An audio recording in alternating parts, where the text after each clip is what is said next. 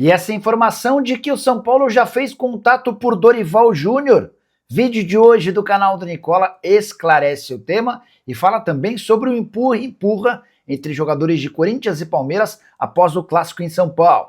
Preciso te falar também sobre um atacante titular no Corinthians cujo contrato está perto do fim, situação preocupante. Já o Flamengo, depois de vencer o Fluminense, decidiu zombar o tricolor carioca e atacar o Palmeiras. Falo ainda sobre a dívida do Cruzeiro, caindo de forma significativa, tem ex do Galo arrebentando no futebol europeu, últimas de mercado, bastidores, finanças e muito mais.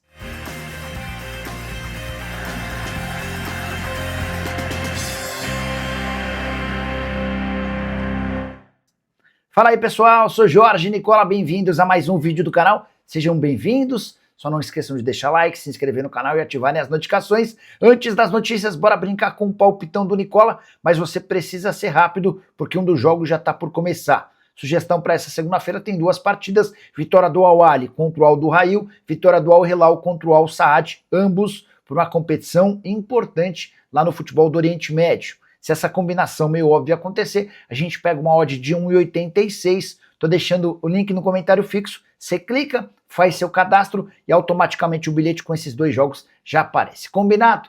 Agora sim, bora começar o vídeo com aquele tradicional giro de notícias para contar que os clássicos entre Corinthians e Palmeiras em São Paulo e Flamengo e Fluminense no Rio tiveram a mesma renda bruta.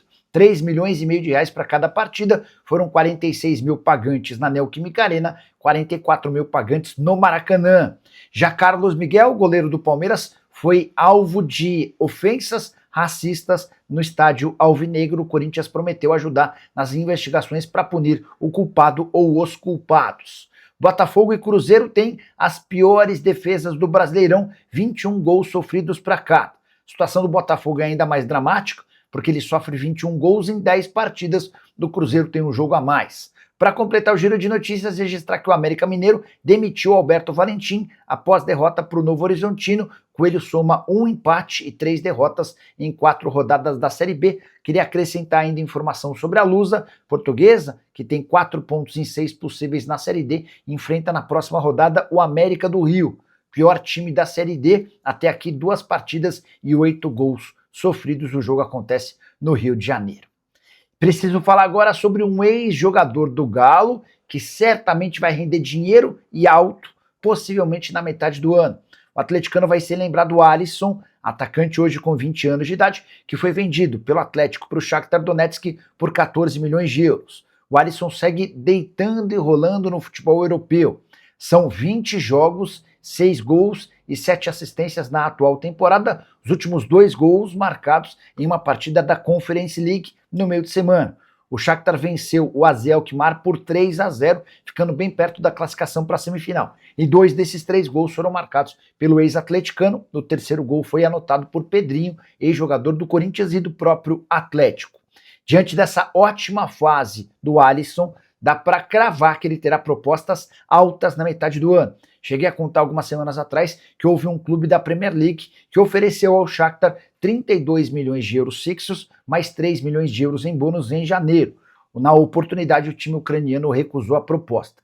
Já está se desenhando a possibilidade real de ofertas altas na metade dessa temporada, com a lembrança de que o Atlético tem direito a 15% do valor de uma venda futura. Quero te contar que o Cruzeiro conseguiu diminuir de forma considerável sua dívida. O Pedro Júnior, vice-presidente de futebol da Raposa, admitiu em uma entrevista à CNN uma queda importante no endividamento do clube. Abre aspas, pro Pedro Júnior, já conseguimos reduzir entre 15% e 20% essa dívida em quase 2 anos na SAF. Mas é um trabalho perpétuo, duro, que nossa equipe jurídica faz. Pretendemos finalizar essas dívidas nos próximos 8 anos. Agora é legal situar você em relação a números. Cruzeiro devia, quando o Ronaldo vende a SAF do Cruzeiro pro Pedro Lourenço, cerca de 700 a 800 milhões de reais. Vamos trabalhar com esse número mais alto de 800 milhões. Se a dívida foi reduzida em 20%, como falou o Pedro Júnior, dá para imaginar uma queda de 160 milhões de reais. Hoje, o Cruzeiro tem uma dívida pouco superior a 600 milhões de reais e a expectativa de que com a capacidade financeira que o clube tem a partir de um dono cuja fortuna estimada gira na casa dos 10 bilhões de reais, é de que o Cruzeiro não tenha tantos problemas para solucionar essa questão. Só para arrematar a parte mais importante, o Cruzeiro voltou a vencer em casa no Campeonato Brasileiro, vitória por 2-1 de virada contra o Red Bull Bragantino, primeira vitória de virada do Cruzeiro em bastante tempo.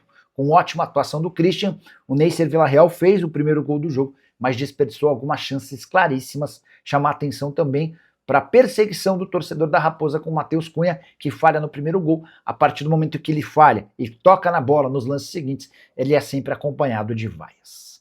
E o Flamengo decidiu cutucar o Fluminense e atacar o Palmeiras. Tudo isso num domingo de vitória contra o Flu por 2-1. Esse jogo começa com polêmica na sexta-feira, quando a partida é retardada, é adiada em um dia. O Fla-Flu aconteceria no sábado, o Flamengo pediu que o jogo fosse adiado por conta da dificuldade na volta de Cusco, no Peru. O Fluminense aceitou, e nesse domingo, com 2 gols de Pedro, ele ainda chutou uma bola na trave, marcou um gol em impedimento, o Flamengo venceu o Fluminense. Vitória marcada por um primeiro tempo espetacular do Flamengo, no segundo tempo em que o Flu vai criando oportunidades, chega a diminuir com o Savarino, mas não consegue marcar o gol do empate. Depois da partida, o Flamengo zombou do Fluminense nas redes sociais, tornando a situação para os dirigentes do Flu ainda pior, porque o Fluminense foi permissivo ao aceitar que o jogo fosse adiado em um dia para ajudar o Flamengo, e como contrapartida, como amostra grátis, ele ainda é zoado pelo rival depois do jogo. Mas sobrou também pro Palmeiras. José Boto, o executivo de futebol do Flamengo, criticou de forma aberta o grande rival do Flamengo na busca pelo título do Campeonato Brasileiro, abre aspas para José Boto: há clubes que são chorões, choram por tudo, são chorões profissionais. Fiquei bastante admirado de falarem de algo que não lhes diz respeito. Foi uma viagem difícil de Cusco ao Rio de Janeiro, assim como foi para o Fluminense. É o Boto criticando o Palmeiras, que não gostou de o fato de o jogo ter sido adiado, o Fla-Flu, que aconteceria no sábado, passando para domingo. Pois bem, só para completar, com a vitória, o Flamengo foi a 20 pontos, os mesmos 20 pontos de Fluminense, de Bahia e também do São Paulo. A grande situação é que o Flamengo, hoje 6 pontos atrás do Palmeiras, tem um jogo a menos do que o rival, podendo diminuir essa distância para 3. Só para completar, registrar números impressionantes do Pedro, com os 2 gols marcados no Clássico. Ele se tornou o maior artilheiro do Brasileirão na era dos pontos corridos, 72 gols feitos. O 4º maior artilheiro do Maracanã, 114 gols. E o 6º maior artilheiro da história do Flamengo. Esquecendo de um detalhe curioso. O Fluminense, seu ex-clube, é a maior vítima de Pedro com a camisa do Fla. E o Corinthians corre risco de perder atacante titular de graça. É que Kaique é a maior surpresa. Nas 2 escalações de Fernando Diniz até aqui, tem contrato com o Timão somente até junho de 2027. Confesso que fiquei surpreso, fui buscar mais informações e aqui vem a pior notificação do assunto. O Corinthians ainda não abriu tratativas para renovar o contrato com o Kaique, que ganha atualmente R$45 mil mensais, vai ter direito a 50 mil quando esse contrato entrar no último ano, ou seja, a partir de 1º de julho. Kaique, que mudou recentemente de empresário, ele passou a ser representado pelo pessoal da OTB Sports.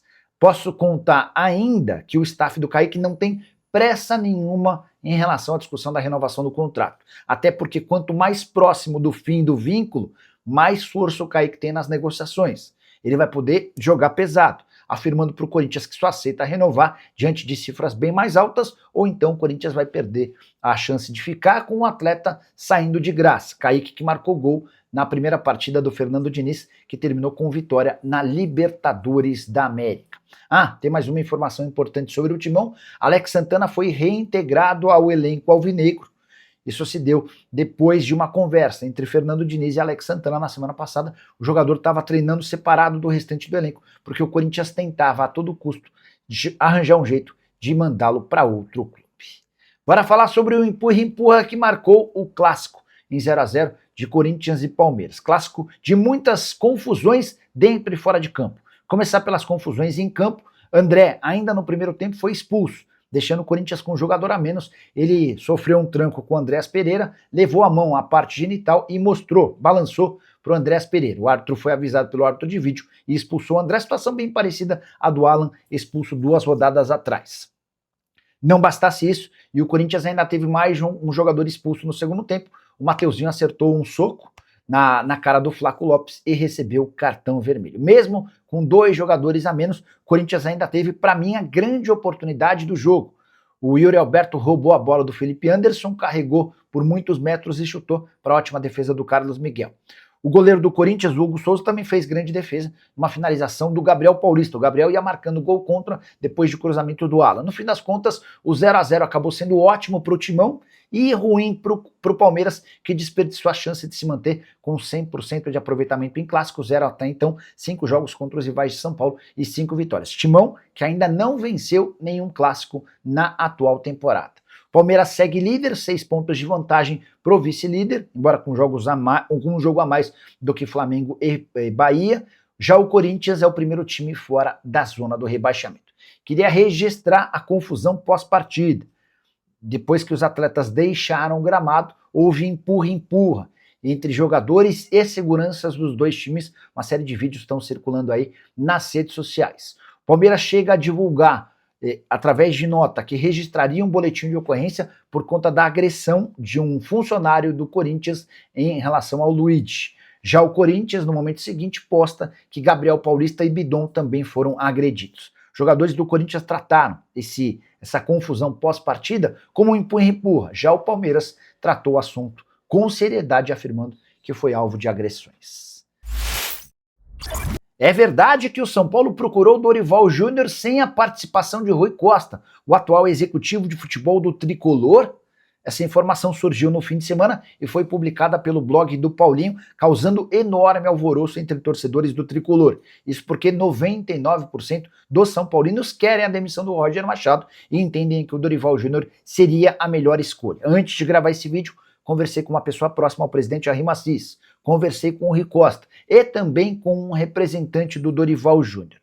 Todos negaram qualquer contato. Nem acho que seria diferente, né? O empresário do Dorival não pode admitir que já tem conversas com o São Paulo. O Rui Costa assegura que não participou de absolutamente nada e dá para acreditar e confiar, até porque o Rui é o grande responsável pela contratação do Roger Machado. Já essa pessoa próxima ao presidente Jair Massis lembrou de um detalhezinho importante. Se o Rui Costa e o Rafinha, que são os homens do departamento de futebol, não fizeram contato com o Dorival, quem teria feito? O próprio Jair Massis?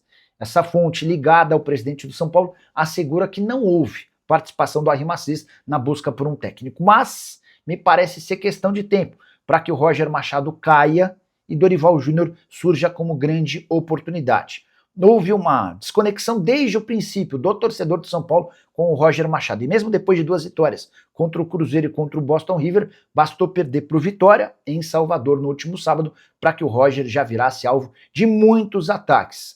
É questão de tempo, de mais 2 ou 3 derrotas, uma sequência ruim, para que o Roger Machado caia. E aí a bola da vez certamente será Dorival Júnior. Por hora, todos negam contato do São Paulo com o Dorival. É só importante lembrar que uma demissão do Roger Machado pode acabar também complicando a situação do Rui Costa. O Rui foi o grande responsável pela dispensa do Hernan Crespo e pela contratação do Roger.